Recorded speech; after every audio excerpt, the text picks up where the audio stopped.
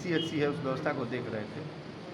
उसमें अभी जो मैनेजमेंट में और जो लोगों के ट्रीटमेंट करने में जो सबसे बड़ी परेशानी आ रही है वो ये परेशानी आ रही है कि एंटीजन या ट्रूनेट में भी RT-PCR में भी कभी कभी लोग निगेटिव आ रहे हैं, लेकिन उनको इस तरह के अंदर में सिम्टम्स हैं और लंग्स प्रॉब्लम हो रहा है और उसमें उनको सांस लेने में दिक्कत हो रही है। उसके कारण डॉक्टर्स को जो ट्रीटमेंट करना है उसमें परेशानी हो रही है।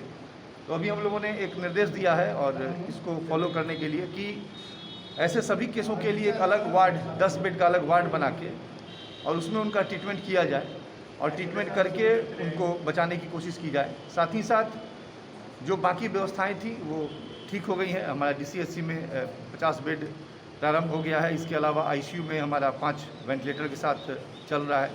अभी करीब 22 यहाँ पे पेशेंट्स हैं जो अच्छी स्थिति में हैं और निश्चित रूप से धीरे धीरे स्वास्थ्य व्यवस्था में जहानाबाद में सुधार है। वेंटिलेटर कब से चालू हो जाएगा? वेंटिलेटर चालू है।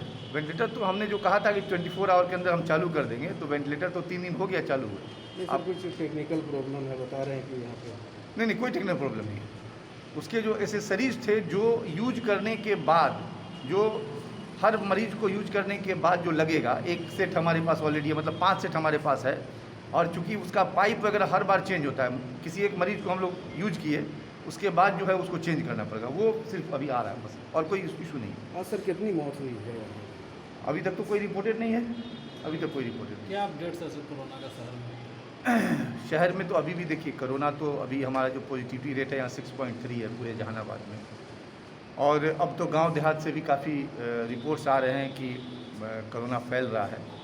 इसमें आज हमने 2 पुनः पत्र सर्कुलर इशू किया है जो सबसे इम्पोर्टेंट है। कल हमने VC में भी कहा कि शादी ब्याह का मौसम शुरू हो गया है।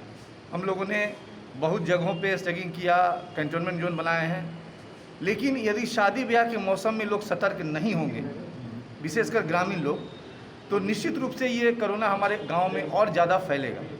उसके लिए हमने कहा है कि निश्चित रूप से जो मापदंड अपनाए गए हैं शादी ब्याह के लिए, जो रूल्स दिए गए हैं कि 100 व्यक्ति से ज़्यादा नहीं हो, सभी लोग मास्क का प्रयोग करें, सभी लोग सामाजिक दूरी बनाकर बैठें। 9 बजे तक हमारा कर्फ्यू का समय है। 9 बजे के पहले सभी कार्यक्रमों को समाप्त कर लें जो बाहर में कार्यक्रम होने हैं।